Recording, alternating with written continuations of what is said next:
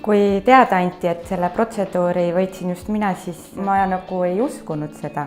Ja siis, kui helistati ja öeldi, et ikkagi mina olen välja valitud, siis no see oli nagu see väikse tüdruku see rõõm, et hüppasin ja kargasin. Sest ma ei ole kunagi mitte midagi võitnud. Ma tulin siia selleks, et vabaneda vertikaalkortsudest laubal ja murekortsust. Ja mõndadest kanavarvastest silma ümber.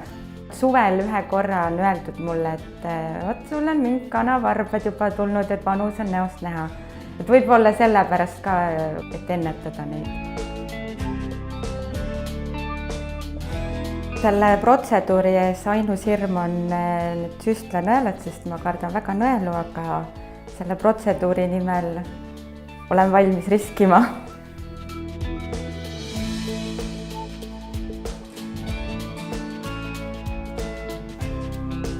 Ka hästi läks. Hirm oli suurem, kui tegelikult asi väärt on. Üldse polnud valus. Neid süstlaid ma enam ei karda.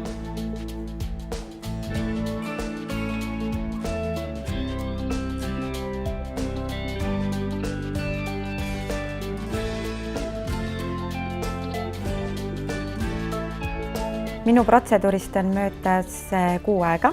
Ma tunnen ennast täiesti suurepäraselt. Minu ootused sellest protseduurist oli põhimõtteliselt saada oma kortsusest lahti, aga lõpptulemus, mis üldse on, no minu jaoks on see võrrata uskumatu, et väga hea tunne on. No elukaaslane ta ütles ka, et uskumatu, aga uskumatu, aga ikkagi võimalik. Protseduurist taastumine ei olnud täiesti tavaline, nagu ei olekski sulle mitte midagi tehtud, et ei olnud mitte ühtegi valu, mingeid süsti, jälgi, mitte midagi ei olnud, täiesti tavaline elu. Lihtsalt ma ise teadsin sees, et mul on tehtud midagi. Ma arvan, et see sõnum teistele oleks, et mitte karta.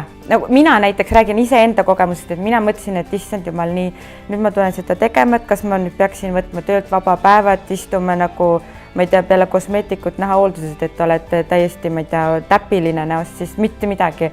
Sa tuled, teed selle protseduuri ära ja sa täiesti tavaline inimene edasi, mine tee mida iganes. Et mina julgustaks teisi, eriti mina, kes ma kardan süstleid, siis mina kindlasti julgustaks.